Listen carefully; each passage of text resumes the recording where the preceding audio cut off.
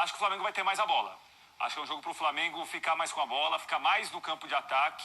E assim, bem ou mal, o que o Alberto Valentim conseguiu mostrar nos últimos anos, em trabalhos fracos que ele fez, foi um cenário que muitas vezes ele colocava o time para marcar no campo de defesa, para tentar jogar em contra-ataque, para tentar jogar em transição. E acho que o Valentim está moldando o Atlético hoje mais ou menos assim. Foi assim no Botafogo. Foi assim no Botafogo. No Vasco. Foi assim no Vasco em uma parte do trabalho. Foi assim no Avaí em uma parte do trabalho. Então, mas olha só o que a gente está pensando aqui, né? O Avaí, e a gente pega clubes com mais tradição, mais peso, Botafogo e Vasco, mas em condições, nesse momento, a gente sabe, inclusive, os dois estão na jogadores piores. Né? Jogadores piores.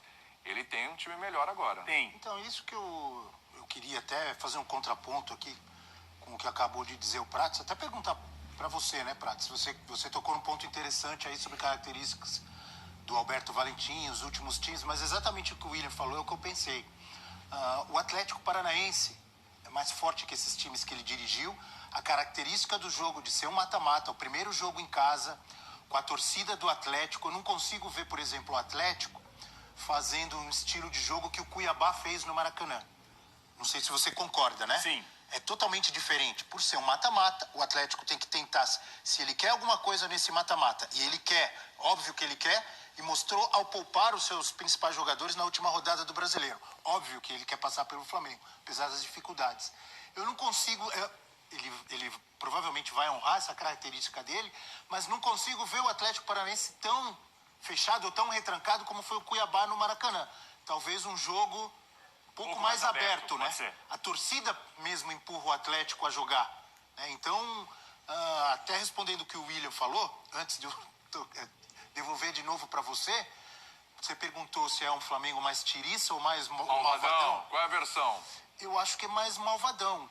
E provavelmente o Atlético também não vai vir todo aberto, né, oferecendo campo para o Flamengo, mas não vai ter aquela retranca que teve o Cuiabá. É pelo menos o que eu penso, não sei se você concorda. Não, eu acho isso também, Abel. Eu não acho que é chumbo trocado. Também acho que não vai ser assim. O Atlético vai se abrir para atacar muito e vai sofrer muitos ataques do Flamengo.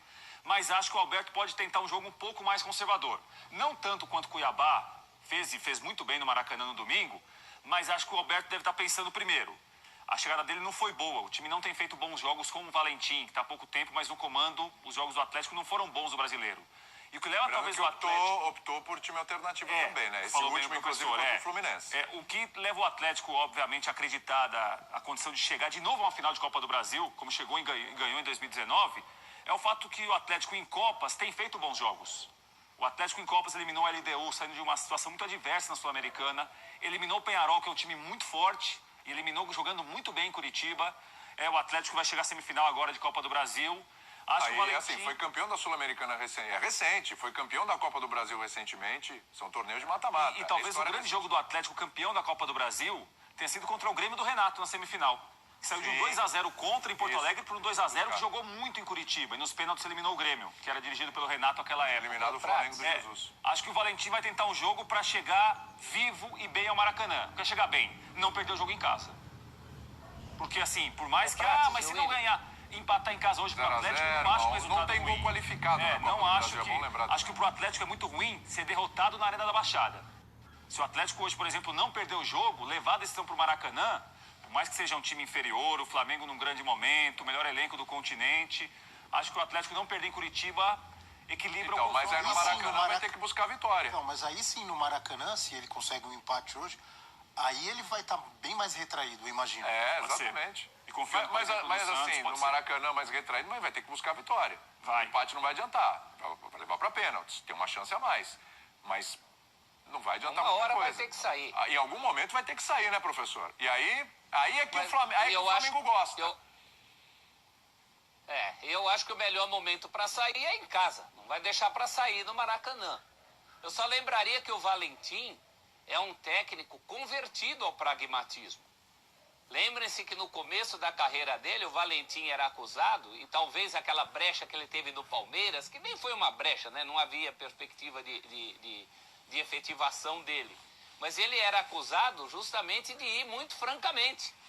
Eu acho que essas passagens por times com menos potencial do que o que tem o Atlético hoje, ensinaram muito ao Alberto Valentim. Ele hoje é um técnico mais maduro nesse sentido. E a chave dessa questão dos resultados do Atlético é simples. é que tem alguns jogos que é o Atlético e em outros não é o Atlético. O Atlético tem jogado com um time desfigurado. É uma opção dos grandes clubes brasileiros, talvez o Atlético tenha sido o primeiro a fazer essa opção, porque já há alguns anos ele joga o Campeonato Paranaense com o seu time sub-20, sub-21, e em alguns anos até ganhou o campeonato assim. Isso vem há muito tempo, é uma filosofia do clube, desde o Fernando Diniz. O clube encara, talvez seja o clube brasileiro que encara mais claramente essa questão do time titular e do time reserva. O Atlético não pensa duas vezes, é uma filosofia.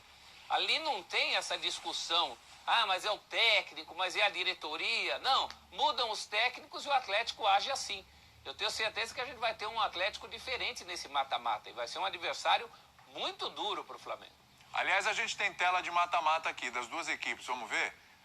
O Flamengo nas Copas tem sido implacável também, hein? Tem sido implacável, aí estamos pegando a chegada do Renato Gaúcho. Vamos lá, na Libertadores, 5-1 no Defensa e Justiça, no agregado. Primeiro jogo foi aquele 1-0 sofrido, que precisava ser daquele jeito, né? E aí depois 4-1 na volta. Contra o Olímpia, 9-2, implacável. Contra o Barcelona do Equador, 2 jogos, 2-0 em um, 2-0 no outro, 4-0. Tá? Na Copa do Brasil, 3-0 no Curitiba, o ABC 7-0 e depois no Grêmio, o Grêmio quase replicou o agregado do ABC. 6-0 no Grêmio. 34 gols marcados, 3 sofridos em 2, 4, 6, 12 jogos. 12 jogos. É quase 3 gols por jogo de média, tá? E aí a gente vai pro Furacão. São 18 jogos com 14 vitórias, 2 empates e 2 derrotas. É o retrospecto do Furacão nessa temporada em mata-mata, tá? Aproveitamento de 81,5%. Gols marcados, 29, uma média de 1,61. Gols sofridos, média baixíssima. Você vê aquela coisa, né? Isso pode ser importante hoje. 0,56. Só sofreu 10 gols o Atlético Paranaense em mata-matas nesta temporada, hein? Nesta temporada. Agora, você ia falar alguma coisa, Abel? Não, por tudo isso que são finalistas das 2 principais competições sul-americanas e semifinalistas da Copa do Brasil. Porque os dois têm ido muito bem em mata-mata. A gente viu que os números do Flamengo são espetaculares, acima dos números do Furacão, né? No Campeonato Brasileiro que a gente vê bem a diferença de times e elencos. O Flamengo lutando pelo título em 2º lugar e o Furacão em 10º, né? Agora, é óbvio que o Flamengo é muito favorito. Tem mais jogadores com potencial para decidir, tem mais time, estão mais tempo juntos, né? Desde 2019, apesar que ali no Furacão tem muita gente que está também há muito tempo. O Léo Cittadini, o Nicão, o Thiago Heleno, muita gente. Agora, esses principais jogadores do Furacão, para o Furacão passar, né, eles têm que estar no auge dos seus dias, nesses 2 jogos. Melhor. E um Flamengo mal, por exemplo, o Terans jogando muito, o Renato Kaiser fazendo gol, o Nicão... O Flamengo não vai fazer 2 partidas ruins. Arrebentando, a defesa ali, o trio de zagueiros, né? O Thiago Heleno, o Zé Ivaldo e qual que é o outro? Pedro Henrique. O Pedro Henrique. E, aliás, o goleiro do Atlético Paranaense, que é um monstro também, joga muito. O Furacão tem que estar assim, em 2 noites espetaculares para conseguir passar para o Flamengo, que é muito favorito. O Flamengo é muito favorito contra quase todo mundo no Brasil. Mas você falou uma coisa Agora, interessante. não é impossível a gente pensar. Tem bons jogadores também no Atlético Paranaense que podem, de repente, causar aí uma surpresa, entre aspas. Sim, sim. Aliás, volta a tela, por favor, dos confrontos do Flamengo em mata-mata com o Renato Gaúcho. Em mata-matas com o Renato Gaúcho. Por favor, produção, volta a tela. Tem uma perguntinha aqui que eu vou passar ali para o professor e a gente pode rodar aqui, que eu queria a impressão de vocês. Vamos lá. Defensa e Justiça, Olímpia, Barcelona do Equador. Coritiba, ABC e Grêmio. O Grêmio naquela fase, né? O Filipão chegando, tentando arrumar a casa, e o Filipão chegando e o Filipão já foi embora, né? Olha, tem o Barcelona aí nessa lista, o Defensa e Justiça não é pouca coisa, né? É um time difícil. Mas o Atlético Paranaense, professor, é o time mais difícil nessa sequência de mata-matas aí que o Flamengo vai pegar? É o que pode causar mais problemas para o Flamengo ou não? No momento né? A camisa do Grêmio no mata-mata é uma camisa pesadíssima, mas a gente viu o que aconteceu, apesar do Grêmio ter feito um bom primeiro tempo, e só, né? Agora, o que chama a atenção aí Também a gente fala muito do ataque demolidor do Flamengo, né? Mas em mata-mata também não toma gol, hein? Tomou um gol do Defensa, 2 do Olímpia e não tomou gol de mais ninguém. Então a gente fala de um certo desequilíbrio do Flamengo em relação a ataque e defesa em alguns momentos, mas isso está mais lá para o brasileiro. Nos mata-matas o Flamengo também não tem deixado a desejar defensivamente, não. Por camisa, William, no meu ranking ainda seria o Grêmio. Se falasse pegar o Grêmio no mata-mata, ninguém quer. Agora, por momento de futebol, sem dúvida o Atlético tem um momento de futebol, o Atlético completo, né? Esse Atlético que o Flamengo vai enfrentar. Tem um momento de futebol superior, inclusive, ao futebol do Grêmio também. Agora, isso que a gente mostrou aí não é mata-mata, não, né? É só mata. Porque quem matou aí só foi o Flamengo e matou direto todo mundo, né? Sem chance nenhuma. Sem dar chance de reação até no segundo jogo. Você acha que esse Atlético Paranaense aqui é o mais complicado desses adversários? Porque a gente está falando do Grêmio, o professor tem razão, claro, camisa pesada do Grêmio. Mas até com o Grêmio bem, é bom lembrar o que o Flamengo de Jesus fez contra um Grêmio bom. O Grêmio desse ano, que tomou 6-0 no agregado, é um Grêmio com dificuldades. É um ano até atípico para o Grêmio com relação às últimas temporadas. Mas é o mais difícil, o Atlético Paranaense? É porque é o Atlético das Copas, né, William? Se fosse o Atlético do Brasileiro, não era o mais complicado. O das Copas, possivelmente é. O Barcelona tem um bom time. O Barcelona fez bons jogos contra o Flamengo. O Diego Alves apareceu muito bem. Foi talvez o time que melhor tenha atacado o Flamengo. Talvez o Defensa no primeiro jogo na Argentina também. O Renato tinha chegado há 2 dias, há 1 dia e meio. Diego Alves foi bem naquele jogo. Diego Alves também foi muito bem.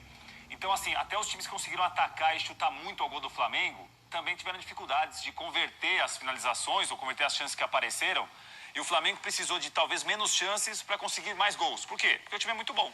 Porque o time é muito forte, é um timaço. Os jogadores que geralmente aparecem para decidir o jogo, eles decidem mesmo.